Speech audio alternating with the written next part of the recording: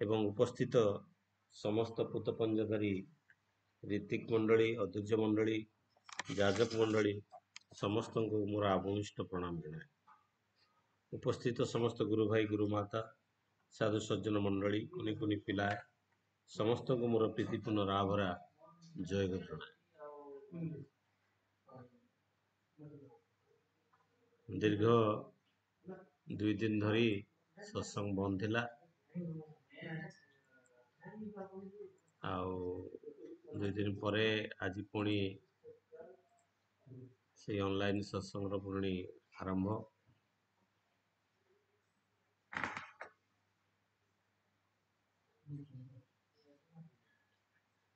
ତ 2 ଦିନ ଯୋଉ ବନ୍ଦ ଥିଲା, ଗୋଟେ ତ ଥିଲା ଠାକୁରଙ୍କର 1 ତାରିଖ, ଯୋଉଟା 1 ତାରିଖ ଥିଲା ଠାକୁରଙ୍କର ଜନ୍ମ ତିଥି, ଜନ୍ମ ଲଗ୍ନ, ଯୋଉଠି ବହୁତ ଗୁରୁ ଭାଇ ମାନେ ଆମର ଦେଓଘର ଯାଇଛନ୍ତି, ଫେରି ନାହାନ୍ତି ବି ଅନେକ, ଆଉ କିଛି ଲୋକ ବାଟରେ ବି ଅଛନ୍ତି। ଆଉ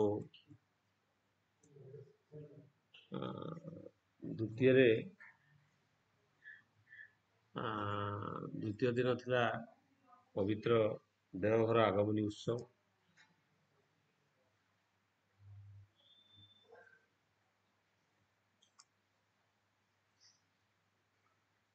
ତେବେ ଯାହା ହଉ, ବହୁତ ଉଲ୍ଲାସର ସହିତ, ବହୁତ ଆନନ୍ଦର ସହିତ ଉତ୍ସବ ଦେଓଘରେ ପାଳନ କରାଯାଇଛି ଏବଂ ଜନ୍ମ ଲଗ୍ନ ମଧ୍ୟ ଘରେ ଘରେ ପାଳନ କରିଛନ୍ତି ଭକ୍ତମାନେ। ଆମମାନଙ୍କର ପରମ ସୌଭାଗ୍ୟ ଯେ ଆମେ ପରମ ପିତାଙ୍କୁ ଆମ ଜୀବନରେ ପାଇଛେ। ତେଣୁ এই ଜୀବନକୁ ଯଦି ଧନ୍ୟ କରିବାକୁ ହୁଏ, ତେଣୁ ପରମ ପିତାଙ୍କର ଯେଉଁ ଆଦର୍ଶକୁ, ଯେଉଁ ନୀତି ଆଦର୍ଶ ଅଛି, ତାକୁ ମାନିକି ଚଳିବାଟା ହେଉଛି ସବୁଠୁ ବଡ଼ ଆବଶ୍ୟକତା ଆଜିର ଦିନରେ।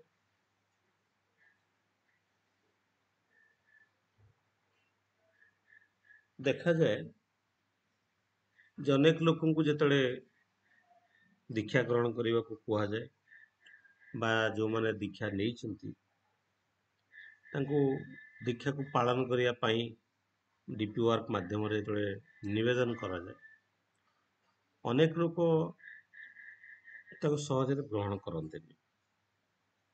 କାହିଁକି? এই ପ୍ରଶ୍ନ ବାରମ୍ବାର ଅନେକ ସମୟରେ ଅନେକ ଲୋକ ପଚାରନ୍ତି। ଇଭେନ୍ ଆମମାନଙ୍କର ଘରେ ବି ମଧ୍ୟ ଅନେକ ଲୋକଙ୍କର ଘରେ ବାପା, ମା, ସ୍ତ୍ରୀ, ପିଲା କେହି ନା କେହି ଠାକୁରଙ୍କୁ ମଧ୍ୟ ମାନନ୍ତିନି। ସମସ୍ତଙ୍କ ଘରର ନୀତିଦିନିଆ କଥା।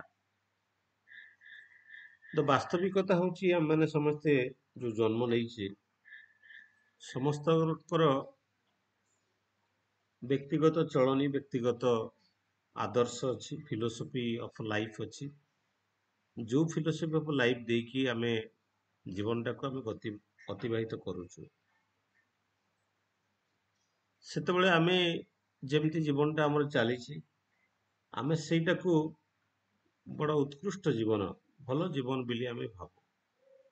ଯେ ଆମେ ଯେ ତାଠାରୁ ଆହୁରି ଉତ୍ତରତର ଜୀବନ ଲାଭ କରିପାରିବୁ, ତାହା ଆମେ ସହଜରେ ଗ୍ରହଣ କରୁନା।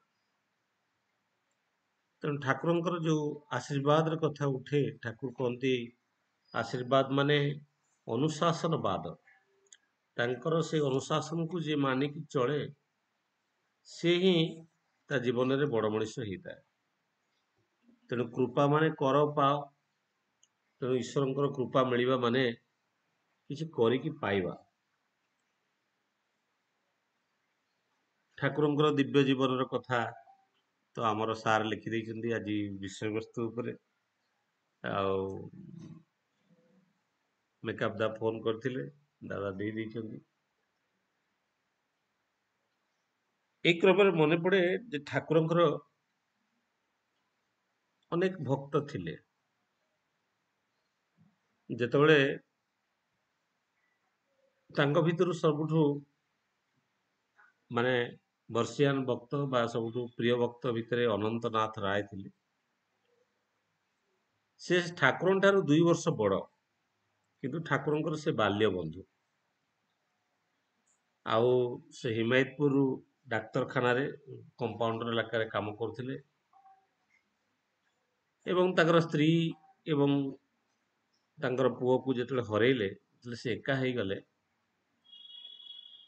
ସେ କହୁଥିଲେ ସାଧନାର ଏକମାତ୍ର ଉଦ୍ଦେଶ୍ୟ, ଏକମାତ୍ର ପଥ ହଉଛି କୀର୍ତ୍ତନ କରିବା। ତେଣୁ ଅନେକ କୀର୍ତ୍ତନ କରିଛନ୍ତି, ଅନେକ ଜାଗାରେ କୀର୍ତ୍ତନ କରନ୍ତି। ଠାକୁର ତ ତାଙ୍କଠାରୁ ବୟସରେ ସାନ। ସେ ଧୀରେ ଧୀରେ ଏଇ ସାଧନା କରିବା ଭିତରେ, ଆପଣମାନେ ସମସ୍ତେ ଜାଣିଛନ୍ତି ସେ ଷ୍ଟୋରି।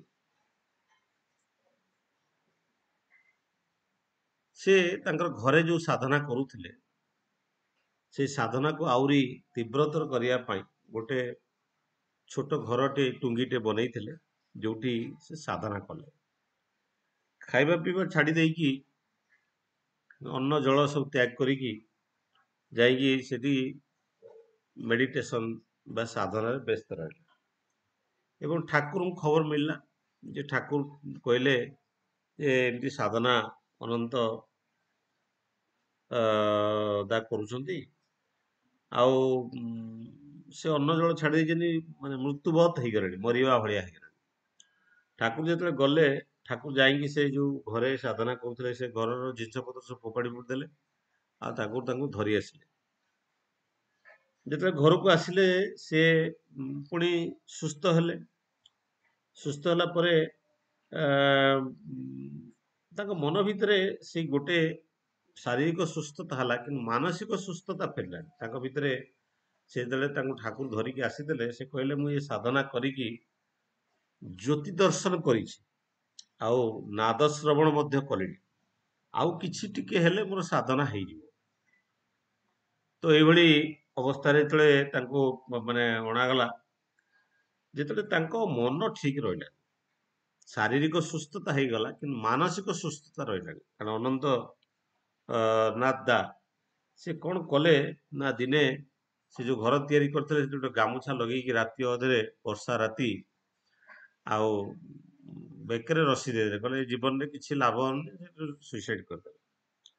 ଯେତେବେଳେ ସୁଇସାଇଡ କରିବା ପାଇଁ ଲଗେଇଛନ୍ତି, ରାତି 2 ବଜେ, ଅନ୍ଧାର ରାତି, ସେତେବେଳେ ତ ଆଲୋକର ବ୍ୟବସ୍ଥା ନଥିଲା, ଆଉ ଏ ବର୍ଷାରେ ଭିଜିକି ଯାଇ କବାଟ ଠକ୍ ଠକ୍ କଲେ ଠାକୁର। ସେ ଆଶ୍ଚର୍ଯ୍ୟ ହେଲେ ଯେ ଏଇ କଥା ତ କେହି ଜାଣିନାହାନ୍ତି, ମୁଁ ଯୋଉ ସୁଇସାଇଡ କରିବାକୁ ଆସିଛି ତା କେବଳ ମୁଁ ହିଁ ଜାଣିଛି, ମୋର ତ ପିଲା ଛୁଆ କେହି ନାହାନ୍ତି, ଠାକୁର କେମିତି ଜାଣିଲେ? ସେ ଆଶ୍ଚର୍ଯ୍ୟ ହେଲେ। ଠାକୁର ପହଞ୍ଚିଗଲେ, ଠାକୁର ତାଙ୍କୁ କହିଲେ ସାଲା ତୁ ଏ କଣ କରୁଛୁ? ଈଶ୍ୱର ତୋର ପଛେ ପଛେ ବୁଲୁଛନ୍ତି, ତୁ ଈଶ୍ୱରକୁ ନଚିନିକି କି କାମ କରୁଛୁ? ସେଇଠୁ ସେ ଚମକି ପଡିଲେ, ଅବାକ ହେଇଗଲେ ଯେ ଠାକୁର କେମିତି ଜାଣିଲେ ସେ ଆତ୍ମହତ୍ୟା କରୁଛି ବୋଲି। ତାପରେ ସେ ଠାକୁରଙ୍କ ଶରଣାଶ୍ରିତ ହେଲେ ଏବଂ ଠାକୁରଙ୍କୁ କହିଲେ ଯେ ଆପଣ ମତେ ଚଲେଇ ନିଅନ୍ତୁ। ଏବଂ ତାଙ୍କର ମାନେ ଅନନ୍ତା ଯେତେବେଳେ ଠାକୁରଙ୍କ ପାଖରେ ରହିଲେ, ସେ କମ୍ପାଉଣ୍ଡର ଦେଖିବାକୁ ଆଗକୁ ସାଇକେଲରେ ଯାଉଥିଲେ, ଠାକୁର ତାଙ୍କ ପାଇଁ ଗୋଟେ ଘୋଡ଼ା କରିଦେଲେ, ଘୋଡ଼ା ଉପରେ ବସିକି ଯାଆନ୍ତି। ଯେତେବେଳେ ଘୋଡ଼ା ଉପରେ ବସିକି ଯାଆନ୍ତି ଚିକିତ୍ସା ମାନେ ରୋଗୀ ଚିକିତ୍ସା ଦେଖିବା ପାଇଁ, ରୋଗୀମାନଙ୍କୁ ଦେଖିବା ପାଇଁ, ସେତେବେଳେ ଠାକୁର ତାଙ୍କୁ ମହାରାଜ ବୋଲି ଡାକନ୍ତି, ଆନନ୍ଦରେ, ଖୁସିରେ। ତାପରେ ତାଙ୍କ ନାଁ ହେଇଗଲା ଅନନ୍ତ ମହାରାଜ। ତ ଅନନ୍ତ ମହାରାଜ ମାନେ ଯେତେବେଳେ ହେଇଗଲେ, ଅନନ୍ତ ମହାରାଜଙ୍କ ସହିତ ଅନେକ କାହାଣୀ ମଧ୍ୟ ଅଛି, ଅନେକ ତୀବ୍ରତା ଅଛି। ଅନନ୍ତ ମହାରାଜ ଅନେକ ସାଧନା କରିଛନ୍ତି, ତାଙ୍କ ଭଳି ସାଧନା ବୋଧେ ବହୁତ କମ ଭକ୍ତ କରିଛନ୍ତି। ଠାକୁରଙ୍କୁ ନେଇକି ସେ ଅନେକ ସାଧନା କରିଛନ୍ତି। ଠାକୁରଙ୍କର ମାନେ ଠାକୁର ତ ଦୀକ୍ଷା ଦଉଥିଲେ ପ୍ରଥମେ, ତାପରେ ମନ୍ମୟୀ ମା ଦୀକ୍ଷା ଦଉଥିଲେ, ତାପରେ ଅନନ୍ତ ମହାରାଜକୁ ସେଇ ଅନୁମତି ମିଳିଥିଲା, ସେ ମଧ୍ୟ ଠାକୁରଙ୍କର ଦୀକ୍ଷା ଦଉଥିଲେ ସେଇ ସମୟରେ ପ୍ରଥମ କରି। ଅନନ୍ତ ମହାରାଜ ବାକ୍ଚାତୁରୀ ଥିଲେ, ବହୁତ ସୁନ୍ଦର ଭାବରେ ଠାକୁରଙ୍କ କଥା ଉପସ୍ଥାପନ କରିପାରୁଥିଲେ। ଏମିତି ମଝିରେ ବସରେ ଥରେ ଦେଖା ହେଇଥିଲେ ଆମର ଯେ ମାଥଡିସର ଯିଏ ପଞ୍ଚାନନ ସରକାର ଦା, ଡବଲ MA ବାଲା, ସେ ସେଦିନ ଯୁକ୍ତି କଲେ ଯେ ଗୁରୁ କଣ ପାଇଁ ଦରକାର? ଯେ ମାନେ ପୋଥି ଅଛି, ବେଦ ପୁରାଣ ଅଛି, ଶାସ୍ତ୍ର ଅଛି, ତାକୁ ସବୁ ପଢିକି ତ ଲୋକ ଶାସ୍ତ୍ର ବିଷୟରେ ଜାଣିପାରିବ, ଆଧ୍ୟାତ୍ମିକ ତତ୍ତ୍ୱଟା ବୁଝିପାରିବ। ତ ଏଥିପାଇଁ ଗୁରୁ ଗ୍ରହଣ କରିବା କଣ ଦରକାର? ଅନନ୍ତ ମହାରାଜ ତାଙ୍କୁ ବହୁତ ସରଳ ଭାବରେ ବୁଝେଇଦେଲେ। ତ ମାଥମେଟିକ୍ସର ଯୋଉ ପଢଉଛନ୍ତି ଆପଣ କ୍ଲାସରେ, ତ ମାଥମେଟିକ୍ସର ତ ବହି ନାହିଁ କି? ପିଲାମାନେ ତ ବହି ପଢିକି ମାଥମେଟିକ୍ସ ଶିଖିଦେବେ। ତ ଆପଣ କାହିଁକି ମାଥମେଟିକ୍ସ ପଢଉଛନ୍ତି? ତ ଆପଣଙ୍କର ତ କିଛି ଆବଶ୍ୟକ ନାହିଁ। ଯଦି ଗୁରୁଙ୍କର ପୋଥି ପୁରାଣ ଅଛି କି ସବୁ ପଢିକି ଲୋକ ବିଦ୍ୱାନ ହେଇଯିବେ, ତ ଗୁରୁଙ୍କର ଆବଶ୍ୟକ ଯଦି ନାହିଁ, ତ ଆପଣଙ୍କର ଚାକିରିର ବି ଆବଶ୍ୟକ ନାହିଁ। ପଞ୍ଚାନନ ସରକାର ଦା ଟିକେ ତୁନି ପଢିଲେ, ବୁଝିପାରିଲେ, ଏବଂ ପଞ୍ଚାନନ ସରକାର ଦା ଏତେ ସାଧନା କରୁଥିଲେ, ଏତେ ସାଧନା କଲେ ମଧ୍ୟ ତାଙ୍କ ମନ ବିଚଳିତ ରହୁଥିଲା। ଏବଂ ଠାକୁର ତାଙ୍କୁ ଅନେକ ମାନେ ଅନେକ ସମୟରେ ଅନେକ ପରାମର୍ଶ ଦେଇଛନ୍ତି। ଠାକୁରଙ୍କୁ ସେ ଅତି ନିବିଡ଼ ଭାବରେ ମାନନ୍ତି। କିନ୍ତୁ ଅତି କମ ବୟସରେ ତାଙ୍କୁ ଯେତେବେଳେ 48 ବର୍ଷ ହେଇଥିଲା ତାଙ୍କର ଦେହାନ୍ତ ହେଇଗଲା। ଦେଖନ୍ତୁ, ଠାକୁରଙ୍କ କଥାକୁ ଯୋଉମାନେ ଅବମାନନା କରିଛନ୍ତି, ସେମାନେ ଅକ୍ଲେଶରେ ମୃତ୍ୟୁବରଣ କରିଛନ୍ତି। ସେ ବାହାରିଲେ ଗଙ୍ଗା ସ୍ନାନ କରି ଯିବା ପାଇଁ। ତ ଗଙ୍ଗାରେ ସ୍ନାନ ବୁଡ଼ ପକେଇଲେ, ଆଉ ପୂର୍ବ ଜନ୍ମ ପର ଜନ୍ମ ସବୁ ଉଠିଯିବ, ଆଉ ଜନ୍ମ ନେବାକୁ ପଡିବନି। ଗଙ୍ଗା ସ୍ନାନ କରିବା ପାଇଁ ବୁଦ୍ଧଦେବ ବି, ଜଣେ ସାଧୁ ବୁଦ୍ଧଦେବ ଜଣକୁ ଦେଖିଲେ ପୁରା ଥଣ୍ଡା ବରଫ ପାଣିରେ ସେ ଗାଧଉଛନ୍ତି। ତାଙ୍କୁ କହିଲେ କଣ କରୁଛ ଏତେ ଥଣ୍ଡାରେ? ନା ଗଙ୍ଗାରେ ପୁଣ୍ୟ ଲାଭ କରେ। ନା ଗଙ୍ଗା କୂଳରେ ଯୋଉମାନେ ଅଛନ୍ତି ପ୍ରତି ଦିନ ଗାଧଉଛନ୍ତି ଗଙ୍ଗାରେ। ଆଉ ଯୋଉମାନେ ପାଣିରେ, ଗଙ୍ଗା ପାଣିରେ ଯୋଉ ମାଛ ଫାଛ ଅଛନ୍ତି, ଜୀବସତ୍ତା ଅଛନ୍ତି, ଏମାନେ ତ ସବୁଦିନ ପାଣିରେ ବୁଡିକି ରହିଛନ୍ତି, ଏମାନଙ୍କ ସବୁ ମୋକ୍ଷ ପାଇଯିବେ। ତ ଠାକୁରଙ୍କ କଥା ସେ ଆଉ ମାନିଲେନି। କିଶୋରୀ ମୋହନଙ୍କ ସହିତ ଠାକୁର ତାଙ୍କୁ ପଠେଇଦେଲେ ଗୋଟେ ଜାଗାରେ, ମାନେ ସତ୍ସଙ୍ଗ ପାଇଁ। ସତ୍ସଙ୍ଗ ସାରିକି ସେ ସିଆଡେ ସିଆଡେ ଗଙ୍ଗାକୁ ପଳେଇଲେ। ଗଙ୍ଗାରେ ଯେତେବେଳେ ଯାଇକି ସ୍ନାନ କରିକି ଆସିଲେ, ତାଙ୍କୁ ଆସିଲା ବେଳକୁ କଲେରା ହେଇଗଲା, ବସନ୍ତ ରୋଗ ହେଇଗଲା, ଏବଂ ସେ ରୋଗାଗ୍ରସ୍ତ ଅବସ୍ଥାରେ ତାଙ୍କର ଦେହାନ୍ତ ହେଇଥିଲା। ତେଣୁ ଆପଣ ଜାଣିଛନ୍ତି ଜଗଜନନୀ, ମାନେ ଜଗଜନନୀ କହୁନି, ମାନେ ମନମୋହନ ଦେବୀଙ୍କର ବି ସେଇ କଥା ହେଇଥିଲା। ଠାକୁର ତାଙ୍କୁ ବାରଣ କରିଥିଲେ କଲିକତା ଯିବାକୁ, ସେ ଚାଲିଗଲେ ଏବଂ ଫେରିଲା ପରେ ରୋଗଗ୍ରସ୍ତ ହେଇ ତାଙ୍କର ମଧ୍ୟ ଦେହାନ୍ତ ହେଇଥିଲା। ଠାକୁର ବାରଣ କରନ୍ତି, ଆଗରୁ ସୂଚେଇକି ବାରଣ କରନ୍ତି। ତେଣୁ ଇଏ ହଉଛନ୍ତି ଅନନ୍ତ ମହାରାଜ ଥିଲେ। ଆଉ ଜଣେ ପାର୍ଷଦ ଭକ୍ତ ଥିଲେ, ସେ ହଉଛନ୍ତି କିଶୋରୀ ମୋହନ। ଏଇ କିଶୋରୀ ମୋହନ ବୟସରେ ଠାକୁରଙ୍କ ଠାରୁ 8 ବର୍ଷ ବଡ। ସେ ବି କମ୍ପାଉଣ୍ଡର।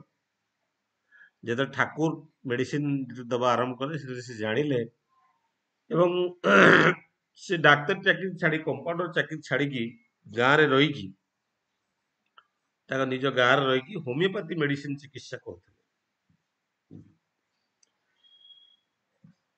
ଏବଂ ସେ ମଧ୍ୟ ଜଣେ ସାଧୁ ଲୋକ ଥିଲେ।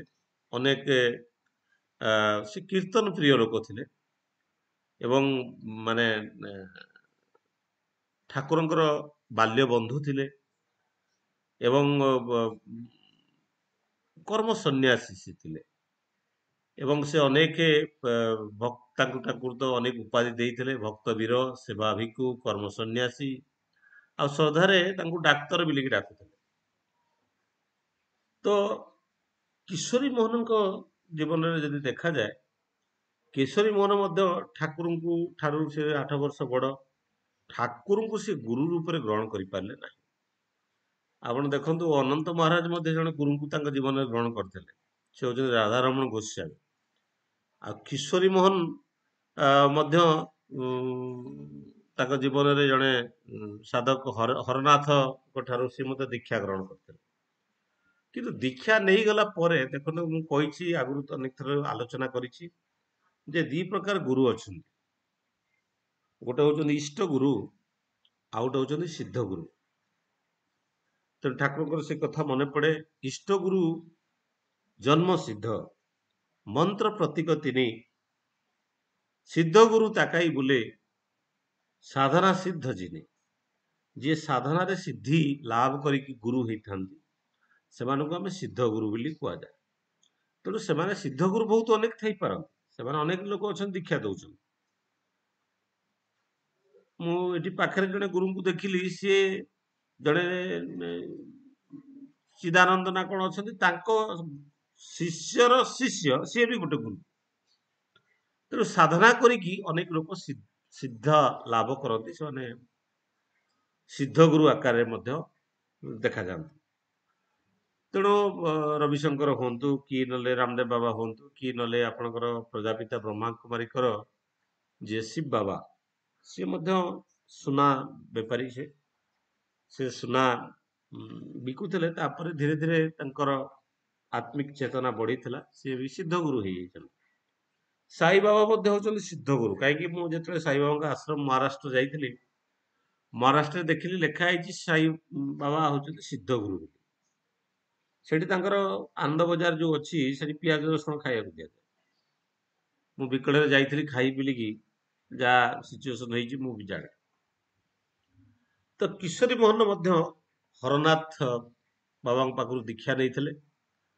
ଠାକୁରଙ୍କୁ ସିଏ ବୁଝିପାରିନଥିଲେ, ଠାକୁରଙ୍କୁ ସେ ଗୁରୁ ରୂପରେ ଗ୍ରହଣ କରିପାରୁନଥିଲେ। ଯଦିଓ ସେ ତାଙ୍କର ବାଲ୍ୟ ବନ୍ଧୁ, ଗୁରୁ ରୂପରେ ଗ୍ରହଣ କରିପାରୁନଥିଲେ। ଏବଂ ଦିନେ ରାତିରେ ସେ କିଶୋରୀ ମୋହନ କଣ କରିଛନ୍ତି ନା, ଯାଇକି ଗୋଟେ ଶ୍ମଶାନ ଉପରେ ଛିଡା ହେଇକି ଆ, ଆ, ମାନେ ଈଶ୍ୱର ତୁମେ କେଉଁଠି ଅଛ ମତେ ଦେଖାଦିଅ ବୋଲି ଚିତ୍କାର କରୁଛି। ହେ ଈଶ୍ୱର ତୁମେ କୋଉଠି ଅଛ ମତେ ଦେଖା ଦିଅ ବୋଲି ଚିତ୍କାର କରୁଥାନ୍ତି। ଏବଂ ଏତେ ରାତିରେ ଠାକୁର ଯାଇକି ପହଞ୍ଚିଗଲେ। ଠାକୁର ଯେତେବେଳେ ପହଞ୍ଚିଗଲେ, ଡାକ୍ତର ଡାକ୍ତର ଯେତେବେଳେ ଡାକିଲେ, ସେ ଆଶ୍ଚର୍ଯ୍ୟ ହେଇକି ଚମକି ପଡିଲେ ଯେ ଏତେ ରାତିରେ ଠାକୁର ଜାଣିଲେ କେମିତି, ଏଠିକି ଆସିଲେ କେମିତି। ତାଙ୍କର ଟିକେ ଅବିଶ୍ୱାସ ଥିଲା ଠାକୁରଙ୍କ ଉପରେ। ତଥାପି ଠାକୁରଙ୍କ ପଛେ ପଛେ ସେ ଚାଲିଲେ। ଠାକୁର କହିଲେ ଚାଲ ଯିବା, ଚାଲ। ଠାକୁରଙ୍କ ପଛେ ପଛେ ଆସିଲେ। ଆସିଲା ବେଳେ ସେ ଭାବିଲେ ଇଏ ବୋଧେ ଭୂତ ଠାକୁର, ଭୂତ ଭଳିଆ ଆସୁଛନ୍ତି। ସେଥିପାଇଁ ସେ କଣ କଲେ ନା, ଠାକୁରଙ୍କର ପାଦକୁ ଦେଖୁଥାନ୍ତି, ଦେଖିଲେ ନାଇଁ ପାଦଟା ଠିକ ଅଛି। ତାପରେ ଭାବିଲେ ଇଏ ଯଦି ପ୍ରକୃତରେ ଠାକୁର, ତାହେଲେ ମାନେ ମୋର ଯୋଉ ମୋର ଯୋଉ ମୋର ମାନସିକ, ଯଦି ସେ ମୋର ଏଠି ଶ୍ମଶାନକୁ ଆସିବାଟା ଯଦି ସେ ମାନେ ତାଙ୍କର ଯୋଉ ଦିବ୍ୟ ଚେତନା ଅଛି ସେଇ ବଳରେ ଜାଣିପାରିଲେ, ତ ତାମାନେ ମୁଁ ମନେ ମନେ ଯାହା ଭାବୁଛି, ଯେ ସେ ଅନ୍ତର୍ଯାମୀ, ସେ ମୋ ମନ କଥା ମଧ୍ୟ ସେ ବୁଝିପାରୁଥିବେ। ସେ ମନେ ମନେ ଭାବିଲେ ଠାକୁର ଯଦି ଏବେ ପଦ୍ମା ନଦୀରେ ବୁଡିକି ଗାଧେଇବେ, ତାହେଲେ ମୁଁ ଜାଣିବି ଯେ ଠାକୁର ବାସ୍ତବରେ ଅନ୍ତର୍ଯାମୀ। ସାଙ୍ଗେ ସାଙ୍ଗେ ଠାକୁର କହିଲେ ମୋ ପାଦରେ ମଇଳା ଲାଗିଛି, ମୁଁ ପଦ୍ମା ନଦୀରେ ସମ୍ପୂର୍ଣ୍ଣ ଭାବରେ ଗାଧେଇଲେ। ଗାଧେଇକି ଉଠିବାକୁ ଆସୁଛନ୍ତି, ପୁଣି ମନେ ମନେ ଭାବିଲେ ଯଦି ସେ ମାନେ ପରମାତ୍ମା, ପରମ ବ୍ରହ୍ମ ଯଦି ଜାଣୁଛନ୍ତି ଅନ୍ତର୍ଯାମୀ ପୁରୁଷ, ଦିବ୍ୟ ପୁରୁଷ, ତାହେଲେ ଆଉ ଥରେ ଗାଧାନ୍ତୁ। ପୁଣି ଠାକୁର ଆଉ ଥରେ ଗାଧେଇଲେ। ଦେଖନ୍ତୁ ଠାକୁରଙ୍କୁ କେତେ ପରୀକ୍ଷା କରାଯାଇଛି। ଠାକୁରଙ୍କୁ ଅ ଠାକୁରଙ୍କୁ ଥରେ ସେ ତାଙ୍କ ଘରେ ଗୋଟେ ଲଡୁ ରଖିଥିଲେ। ଏବଂ ସେ ଲଡୁ ରଖିଥିଲେ ଠାକୁରଙ୍କ ପାଇଁ, କିନ୍ତୁ ଗୋଟେ ଲୁଚେଇକି ଗୋଟେ ଫଟୋ ସାଇଡରେ ରଖିଦେଇଥିଲେ। ଠାକୁର ଲଡୁ ଖାଇବାକୁ ଆସିଲେ, ଠାକୁର କହିଲେ ମୁଁ ଲଡୁ ଖାଇବି କହି ଆସି, ଠାକୁର ତ ମିଠା ପ୍ରିୟ। ଯେତେବେଳେ ଠାକୁର ଆସିଲେ, ଆଉ ଲଡୁ ଆଉ ସିଏ ଆଉ ଦେଲେନି। ଠାକୁର ଠିକ ସେ ଫଟୋ ତଳେ ଠାକୁର ଖୋଜିକି ପାଇଗଲେ। ସେ ଆଶ୍ଚର୍ଯ୍ୟ ହେଲେ ଯେ ଠାକୁର ମାନେ ସବୁ କିଛି ଜାଣିପାରନ୍ତି। ତ ଏ କିଶୋରୀ ମୋହନ ମଧ୍ୟ ମାନେ ଠାକୁରଙ୍କର ଦୀକ୍ଷିତ ହେଇକି ତାଙ୍କ ଜୀବନଟା ସମର୍ପିତ ଥିଲା ଠାକୁରଙ୍କ ପ୍ରତି।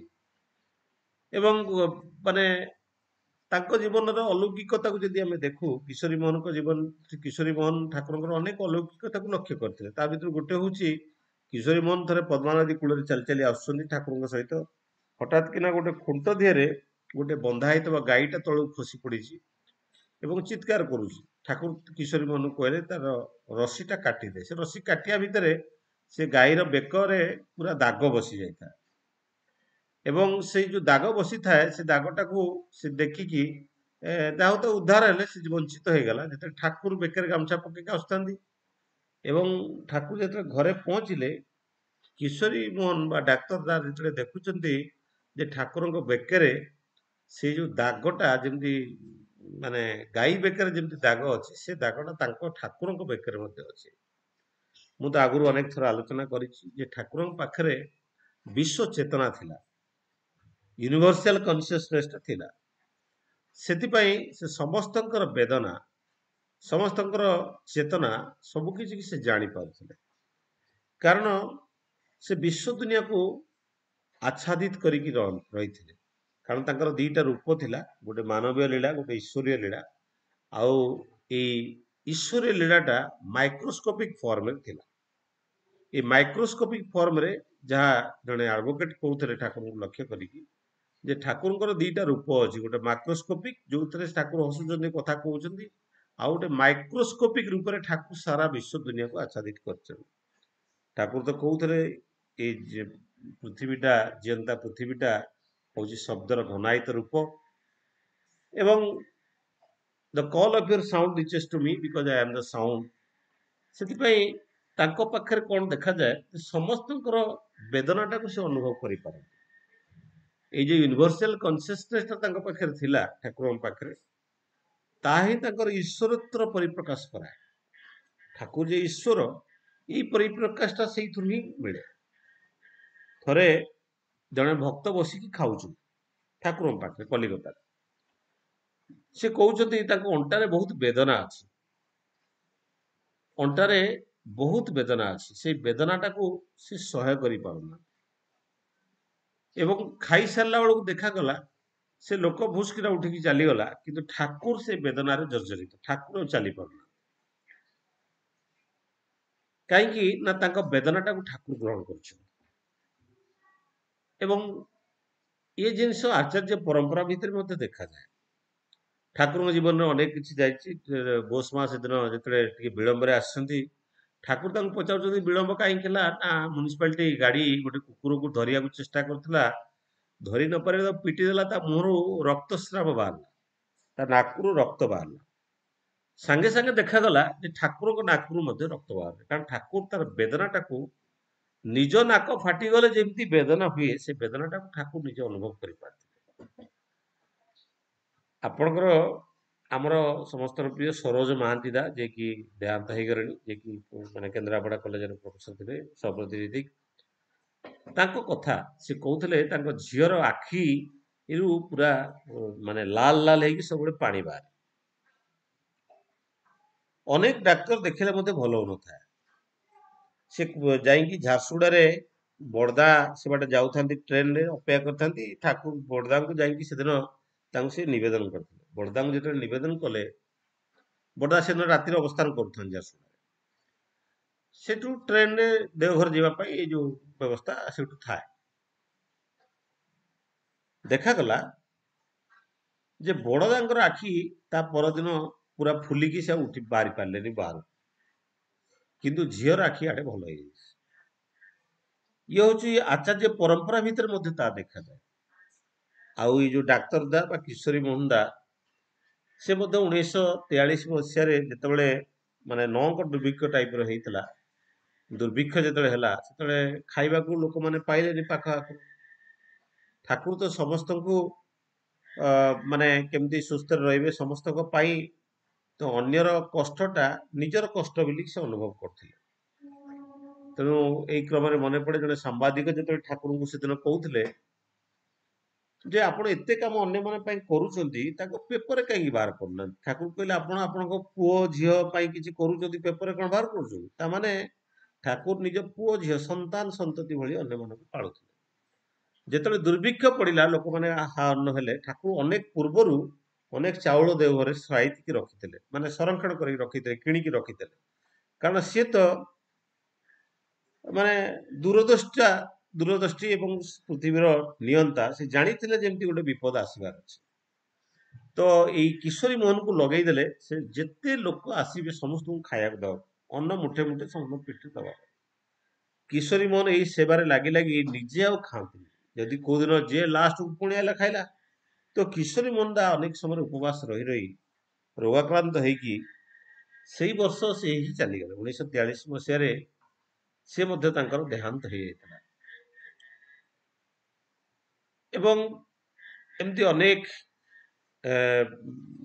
ମାନେ ଭକ୍ତ ମଣିଷ ଠାକୁରଙ୍କ ସଂସ୍ପର୍ଶରେ ଆସିଛନ୍ତି କୁଶଳ ପ୍ରସନ୍ନ ଭଟ୍ଟାଚାର୍ଯ୍ୟ ସୁଶୀଲ ଚନ୍ଦ୍ର ବସୁ ଏବଂ ଆଚାର୍ଯ୍ୟ ସତୀଶ ଚନ୍ଦ୍ର ଗୋସ୍ୱାମୀ ନଫର ଘୋଷଦା ଦେଖନ୍ତୁ ଏଠି ନଫରଦାଙ୍କ କଥା ଯେତେବେଳେ ମନେ ପଡେ ନଫରଦା ତ ଠାକୁରଙ୍କର ସେ କିଛି ପାଠ ପଢିନଥିଲେ ଠାକୁର ତାଙ୍କୁ ଗୋଟେ ଜାଗାକୁ ଯାଜନ ପଢିଥିଲେ ଏବଂ ସେ ଯୋଉ ଯାଜନ କରିଥିଲେ ସମସ୍ତଙ୍କ ମାନେ କାନ୍ଦି ପକେଇଥିଲେ ସମସ୍ତେ ମାନେ ଠାକୁରଙ୍କୁ ସେ ଅତି ନିବିଡ଼ ଭାବରେ ଭଲ ପାଆନ୍ତି କିନ୍ତୁ ମଣିଷର ମାନେ ଶିକ୍ଷାଗତ ଯୋଗ୍ୟତା ନଥାଇ ପାରେ, ଠାକୁରଙ୍କର ପ୍ରିୟ ମଣିଷ ହେଇକି ଥିଲେ, ଠାକୁରଙ୍କର ଅନେକ ସେବା ସେ କରୁଥିଲେ, ଠାକୁରଙ୍କର ଅତ୍ୟନ୍ତ ବିଶ୍ୱସ୍ତ ଭକ୍ତ ସେବକ ସେ ଥିଲେ।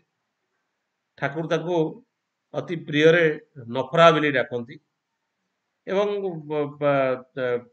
ମାନେ ସେ ଠାକୁର ଯୋଉଠିକି ଯାଉଥିଲେ ସେ କୀର୍ତ୍ତନ କରିବା ପାଇଁ ଠାକୁରଙ୍କ ସହିତ ଯାଆନ୍ତି ଏବଂ ଅନେକ ସତ୍ସଙ୍ଗରେ ମଧ୍ୟ କୀର୍ତ୍ତନ କରନ୍ତି।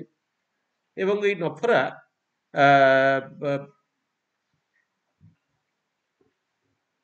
ମାନେ ଜଣେ ଆମ ଠାକୁରଙ୍କର ଜଣେ କର୍ମୀ ଥିଲେ, ସେ ହଉଛନ୍ତି କିରଣ ମୁଖାର୍ଜୀ। କିରଣ ମୁଖାର୍ଜୀଙ୍କୁ ହଠାତ୍ ଦିନେ ଠାକୁର କହୁଛନ୍ତି ଯେ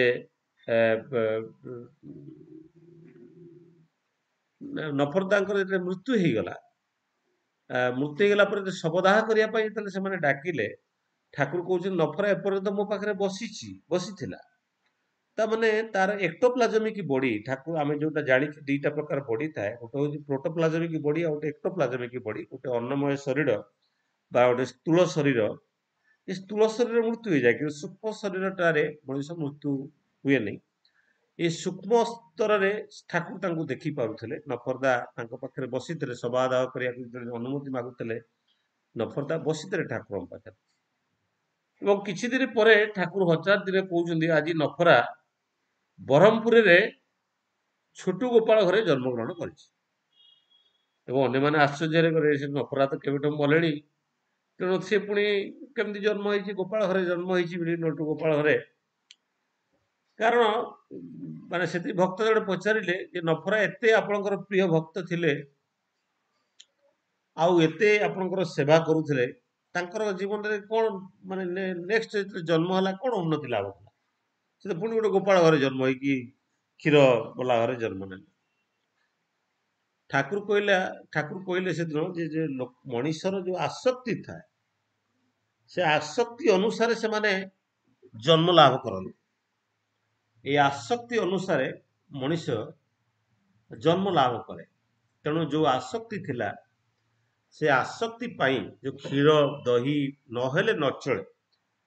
ଯଦିଓ ଠାକୁରଙ୍କର ସେବା କରୁଥିଲେ, ଗାଈ ଗୁହାଳର ସେବା ବି କରୁଥିଲେ, କିନ୍ତୁ କ୍ଷୀର ଦହି ପ୍ରତି ବହୁତ ଆସକ୍ତ ଥିଲା। ଜୀବନର ଶେଷ ସମୟ ପର୍ଯ୍ୟନ୍ତ କ୍ଷୀର ପ୍ରତି ତାଙ୍କ ଆସକ୍ତ ଥିଲା। ଏମିତି କିଛି ଦିନ ସମୟ ଯାଇଛି, ଜଣେ ମାଟି ସେଦିନ ବରହମପୁରରୁ ଆସିଛନ୍ତି, ସାଙ୍ଗରେ ଗୋଟେ ଶିଶୁ ପୁତ୍ର, ଏବଂ ସେ ଠାକୁରଙ୍କୁ ପ୍ରଣାମ କରୁଛି। ସେ ଶିଶୁ ପୁତ୍ରଟି ଠାକୁରଙ୍କୁ ପ୍ରଣାମ କରୁଛି। ଠାକୁର ଅତ୍ୟନ୍ତ ଖୁସିର ସହିତ ତାକୁ ପଚାରୁଛନ୍ତି। ସେ ଭକ୍ତ ଜଣକ କହୁଛନ୍ତି, ଇଏ ହଉଛନ୍ତି ମୋର ମାଟି, ମୋର ବଡ ଭାଇ ଛୋଟୁ ଗୋପାଳର ସ୍ତ୍ରୀ। ଠାକୁର ମାଟିକୁ ଅତି ରହସ୍ୟଜନକ ଭାବରେ ପଚାରୁଛନ୍ତି, ତୁମେ ଯେତେବେଳେ ନାମ କର ସେତେବେଳେ ପିଲାମାନେ ଏଇ ମାନେ ନଫର ଘୋଷ କଣ କରେ, ନଫର ଏଇ ଛୋଟ ପିଲାଟି କଣ କରେ? ମାଟି ଉତ୍ତର ଦଉଛନ୍ତି, ସେ ପାଖରେ ଠିଆ ହେଇକି ତାଳି ଦେଇକି ନାଚେ। ଆଉ ଏଇ ପିଲାକୁ ଖୁବ ଠାକୁର କହୁଛନ୍ତି ଖୁବ ସାବଧାନ ରଖିବ, କାହାରି ଅଇଁଠା ଖୋଇବନି। କାରଣ ଅଇଁଠା ଖାଇଲେ କଣ ହୁଏ, ଆଉ ଅନ୍ୟ ଜାଗାରେ ବାହାରେ ଖାଇବାକୁ ଦବନି। ଅଇଁଠା ଖାଇଲେ କଣ ହୁଏ ନା, ଜନ୍ମଗତ ବୈଶିଷ୍ଟ୍ୟଟା ନଷ୍ଟ ହେଇଯାଏ।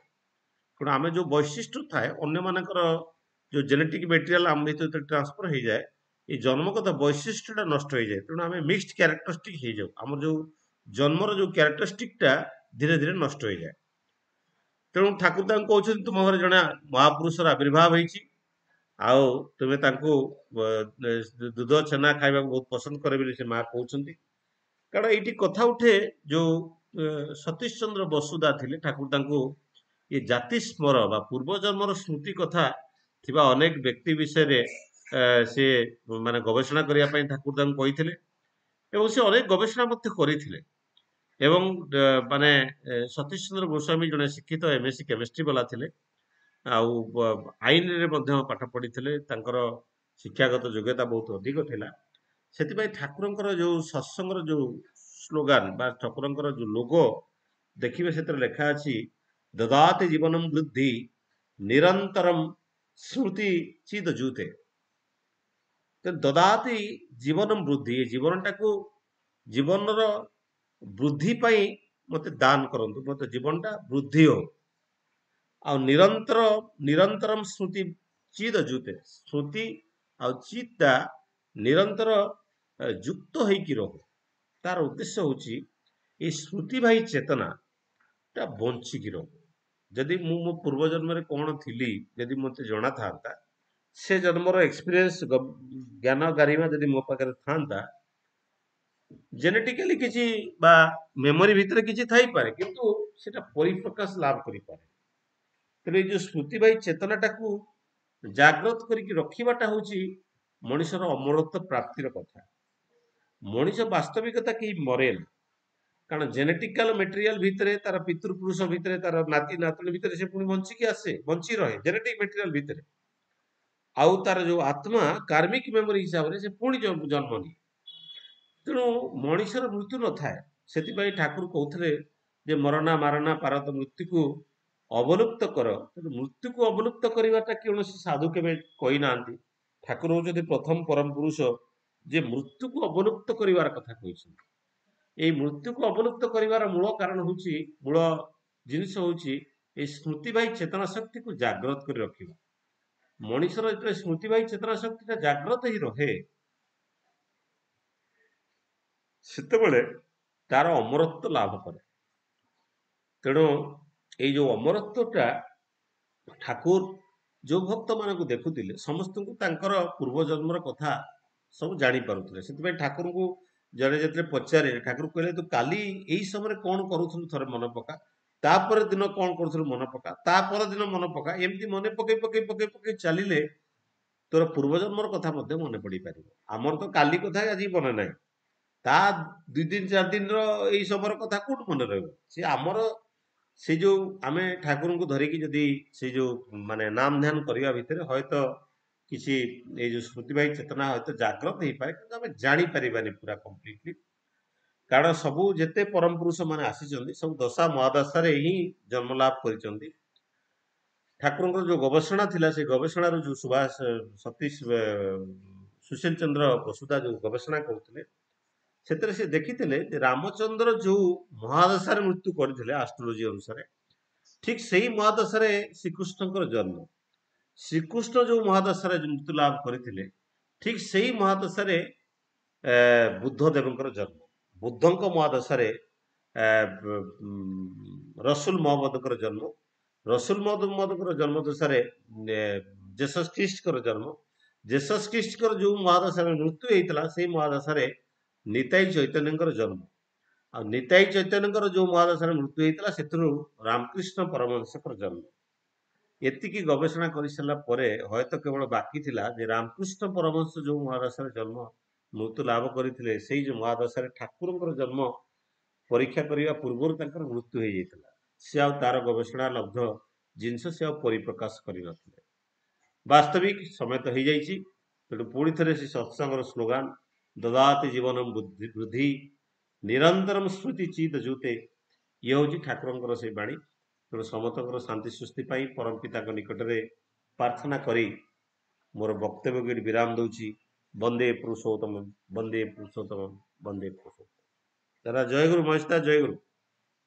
ଜୟ ଗୁରୁ ଦାଦା, ଜୟ ଗୁରୁ। ସୁନ୍ଦର ଭାବରେ ଶୁଣୁଥିଲେ ସମସ୍ତେ।